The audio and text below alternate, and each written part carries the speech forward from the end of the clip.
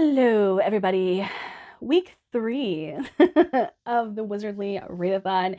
It's Monday. If you guys saw my last reading vlog, completely uneventful. So sorry. I know that I had some people say, it's okay to be boring. It's okay to be boring because you are a stay-at-home mom and all that stuff and you do great things. And I really appreciate those comments, guys, because there are days when I'm like, my life is so dull. Why is anybody watching this? Anyway, we are on week 3 and I am currently reading Blood of the Spear. You guys saw the damage that was done to my book. I have not got the new book yet. Obviously, I just talked about Mark Timoney telling me that he was going to send me one yesterday. So I am on chapter 9. We are 150 pages into this. I have thoughts and things. I do like this. But there are some things that I don't like. And I think that when I go to reach for fantasy, this is not the type of book that I reach for. Never is. Why did I want to win it on Twitter? Because I wanted to find out. I really wanted to find out if this was going to be a book that I enjoyed. And winning it on Twitter, that's the easy way to acquire the book without much effort from me. And that sounds horrible, but you know, I think all of us go through that sometimes when we're like, oh, okay, well, I could get it for free, whether it be like an indie sale or, you know, a 99-cent sale or something like that, and I can try it. See if it's for me, because it's a series and I would like to know if I should invest. I do think I will like this book. I don't think it's ever going to be a favorite for me because of the way it's written, because of certain tropes that I don't like, but I'm very excited that I'm actually going to have this under my belt and that I will have read an epic fantasy that I enjoyed.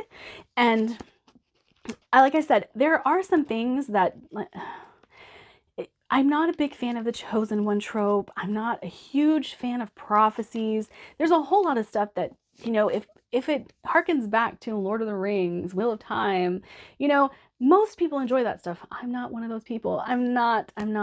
I did love The Faithful and the Fallen, though, so there's every chance that I could read this and start to fall into my love like I did with The Faithful and the Fallen by John Gwynne.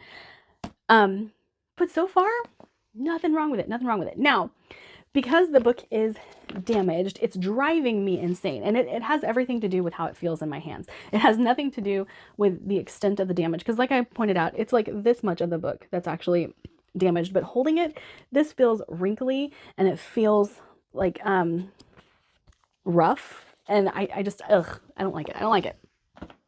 I don't really like the feel of glossy books in the first place. But since I am waiting for the other book to come in, still listening to that one, hoping that maybe listening to it, I will finish it. I also am going to start The Measure because this is a book that I have been wanting to read for a really long time.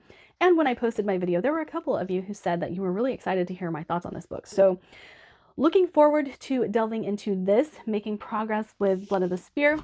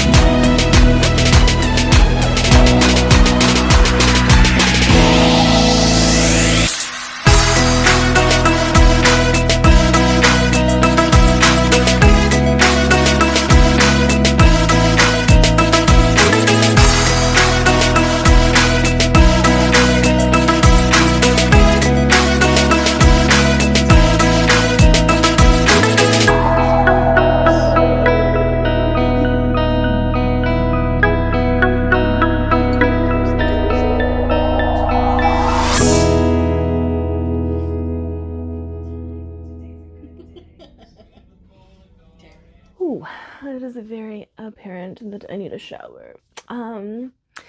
It is 9 a.m. on Wednesday, and I'm a little tired. I'm kind of waiting for my husband to wake up so that I can start getting some house cleaning done. I hope you guys liked my clips of me and the kiddo cooking. I've said before that sometimes my life is kind of boring, but I do love to cook. So I figured I would share that with you guys. Today, I'm going to have lunch with my mom, and that's kind of the typical Wednesday thing, taking the kiddo to therapy. Obviously, homeschooling, that is the big thing that is going on. And I'm a little stomped up, like I'm a little nasally, so I apologize for that. That can happen fairly regularly going into fall because of my allergies, but we're going to push through that. So I have not made any progress in The Blood of the Spear. I had intended to sit down and listen to a little bit of it, still on page 150. Like I said before, there's just something about holding this book. It feels ugh. And I am waiting on the replacement of said book. And I'm hoping that I enjoy this because there are some things that, like I said, I'm not liking about it. However, I have started The Measure and I am loving this book. Absolutely loving this book. It is a little bit outside of my normal reads that I would pick up. And I think that's part of why I am enjoying it because it's so different from everything that I have been reading lately. But this book is basically about these boxes. They start showing up on everyone's doorstep, everyone over the age of 21. And on the 22nd birthday, like, these boxes will appear on your doorstep. And inside these boxes is a string. And obviously, at the very beginning of this, people were opening up these boxes not knowing what they were looking at. But this string is the measure of your life, how long you have left to live. And this follows a group of people who kind of intersect, but all have different stories within this world and what's going on with them. Like, we have soldiers, we have married couples, we have a whole bunch of varying different types of lifestyles that we're following and how getting these boxes affects them. And it is a very intimate story, very character driven, which is not typically something that I like, but the way that this is written is really awesome. Like, I cannot put it down. I am enthralled the second I start reading it. And I'm not exactly sure how far I've gotten into it because I am listening to this one on audio, basically because I haven't had time to sit down and read, which is why The Blood of the Spear I'm making very slow progress on because I want to immersive read it. But man, guys, this book is probably going to make my favorite books of the year. It's so good. It's so good. Trying to think of what I can tell you that's not spoilery other than that, because I believe that is all of this synopsis gives you. It seems like any other day you wake up, pour a cup of coffee, and head out, but today when you open your front door, waiting for you is a small wooden box. This box holds your fate, the exact number of years you have to live. So, in like the soldier's perspective, we are getting some of the politics surrounding this. Like, what are people to do now that we know this is exactly how long we have to live? And if your string is short enough, well, what do you intend to do with your time that you have left? What if you have a really long string? Can you just do anything now? Do you have carte blanche just to do whatever you feel like because you're gonna live so long? And like, all of these things are coming up. And then, like I said, we have a very intimate story with a married couple in here, lesbian married couple, who have been struggling with some things in their own marriage, but then they find out that one of them is a short stringer and one is a long stringer. And there are big debates that they're having with internally and externally, like there's what's going on with the world. And one of them, who has never wanted kids in their life, is now rethinking it because they figured out that they're not going to live very long, and is this something that they want to experience? And so it's very intimate, like I said, and a lot of these stories are just really captivating. Like, you can't help but be invested in these people's lives because of the way that this is written. It's so well thought out and well executed. I just jacked up my hair. Sorry. Not that my hair is in any great condition. I really need to wash it. But yeah, I mean, I cannot see not giving this 5 stars. This is such a great book, and I hope I can get this on everybody's to read list because wow, just wow. I'm so just wrapped up in this. These are books 5 and 6 of the 8 that I need to complete for this readathon. I do think that I can go ahead and squeeze 2 more books in before the end of the month. I just don't know exactly what I'm going to end up reading. I've been waiting on Libby to release Vampires of El Norte to me, so I am hoping that that comes up soon. Of what I'm looking at of the stack, because it's sitting down here, I really want to get to the Judas Blossom. I really want to get to Gods of the Weirdwood, but I might go ahead and do Spellbreaker by Charlie Holmberg because it's shorter and I am investing a lot of time in trying to finish this. But I do have Legend by David Gemmell as the Discord buddy read that I have not yet tackled. So I am thinking that next week I'm going to buckle down and get a lot of these read. And if I can add more to that, that's cool. If I can't, also cool. I really want to get back into reading every day because I'm not reading every day. And it's because of the scheduling at my house. So anyway, I'm loving this book. I am enjoying this one for the most part. Now, I've talked to one of my friends online, and I do know that I'm going to come up against some things that I'm not going to like in this already. Like, I'm not going to say they've talked me out of it, but they've actually opened my eyes to some of the issues, why I'm having some issues getting through this. And hopefully we'll be at like a 3.5 when we finish. That's kind of what I'm hoping for with this, simply because I knew after the first 50 pages that this was going to be outside my wheelhouse. Let's just say that. I'm not a character-driven reader. I don't always like classic fantasy, and there are a lot of classic fantasy tropes in here, and writing style is really important to me. And while I am not going to say that Mark Timoney is a bad writer at all, it's not my style. It's not my style. So, would I continue with something like this beyond the first book? Probably.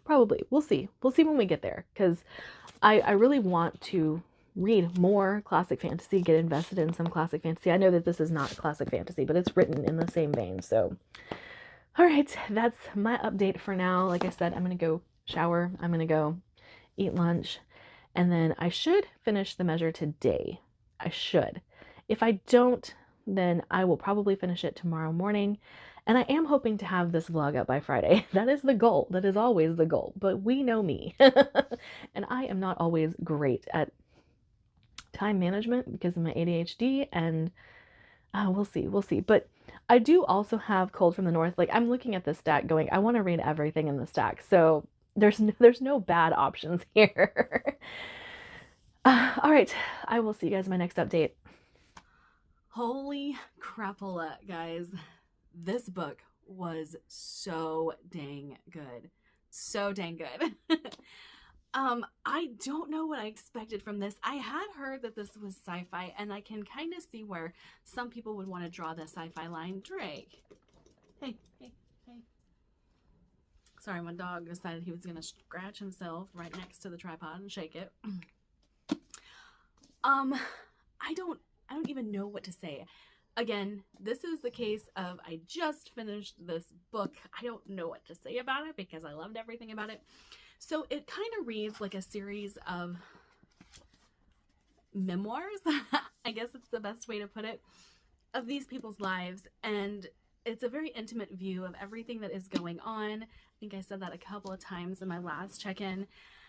But the way people go about dealing with the fact that they now know that their lives are short, or they now know their lives are long, how people in government seem to deal with it, how, you know, every part of humanity starts to either crumble or rise. And I cried. I don't know if you can tell, like, I have been crying at the end of this.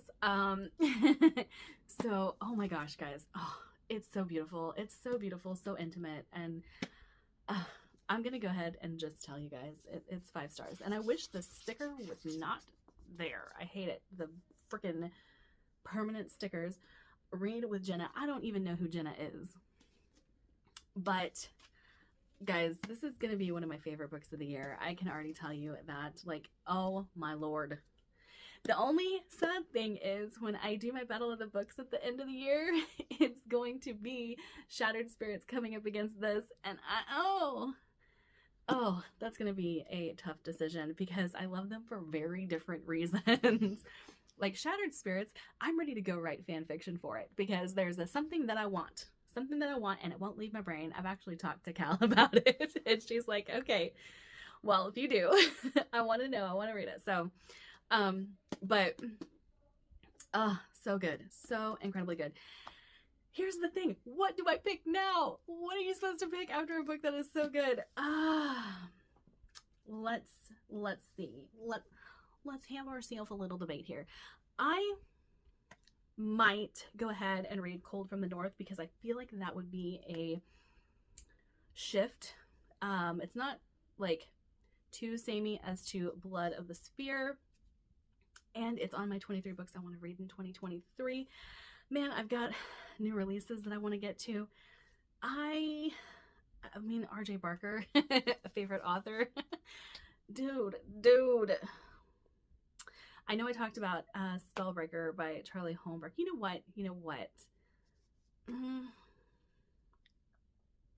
I think I'm going to do Cold from the North. I'm going to do Cold from the North because it's on the 23 books I want to read in 2023. Or 5-star predictions. It's one of those. I don't know. I never remember exactly what video I put things in for the start of the year because I have like 23 books I want to read in 2023, 5-star predictions, and series I want to start. So sometimes those all just get matched up in my brain. But guys, read this. Read this book. It is so dang good.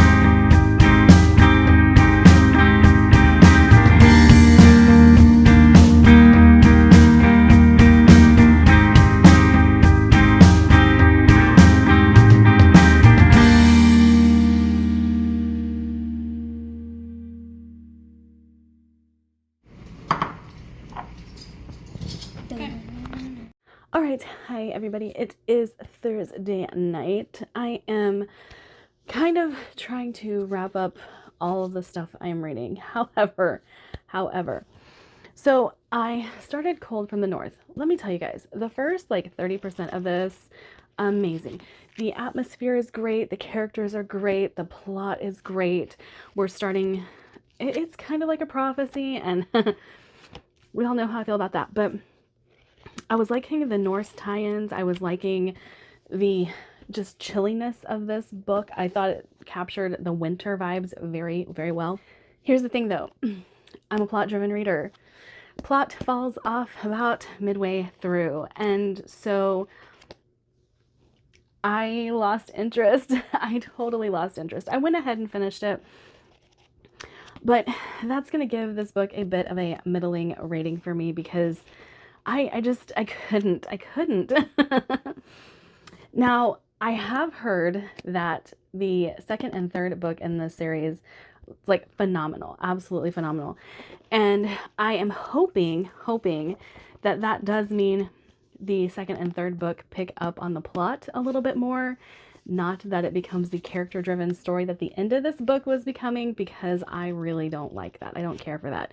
I'll have to talk to a few people who have read the whole series so they can let me know whether or not they think it's going to be for me. But as it stands right now, I will probably be putting this up on my Pango simply because I don't love this book. And I can get an audio. I think the second one has an audio. I don't know if the third one does, but just not for me. I am trying epic fantasy as we go along here, and it is not quite working out. My only 5-star, well, I had 2 5-stars, but one of them was a novella that I want to write fan fiction for. And then the other one was not even a fantasy book. So I'm just kind of at a loss with where I'm standing with my fantasy books right now. I do know I have R.J. Barker and Stephen Arion and John Gwynne that I haven't touched yet. And then I have Kingdom of Copper, but I was really wanting to tackle some of the self-pub on my list, and that's just not working out so great for me right now. I did get a new copy from Mark Timoney of Blood of the Spear, so I can continue my read with that. I'm so glad that it no longer feels like I'm holding mushy grit with this paperback. And I haven't gotten any further in this. Do not judge this. This is actually a card I got from Silverstone Books, which is just a thank you for being a customer, even though that was Mark Timoney that sent it to me. So, I mean, I am very excited that I do have a new one of this. However, my brain is currently burnt out on epic fantasy because of how this one was going and how Cold from the North is going. I can say I haven't gotten to a point with this one that I did with Cold from the North. This one I'm still finding interesting. But to alleviate the headache that readathons tend to give me, because I push through books even though normally I would just DNF them, I am going to be reading Vampires of El Norte. I have been waiting for Libby to release this to me, and it has finally come. There's a good chance I finish this tonight or tomorrow just because of how excited I am for this book. If you guys don't know, Isabel Canas is the author of The Hacienda, which happens to be one of my favorite Gothic novels that I've read in recent years. So very much looking forward to this one. And like I said, there are some very anticipated reads still left in my stack that I haven't gotten to, but I was really wanting to read some self-pub, and that didn't work out the way I hoped. Also, I'm just going to say this. This video was going to be really long because I wanted to introduce you guys to my Spook-Oplathon board. I'm going to cut that from this vlog, and I will introduce it into a Spook-Oplathon vlog. So you'll see clips from this week in coming weeks whenever I do actually start with Spookopoly. But very excited to get into this. I'm pushing through, guys. I'm going to hit my 8 books. That's what's important, right? I do still also have Legend, the buddy read for the Discord, that I might tackle next week, but I need this right now. I really need this right now.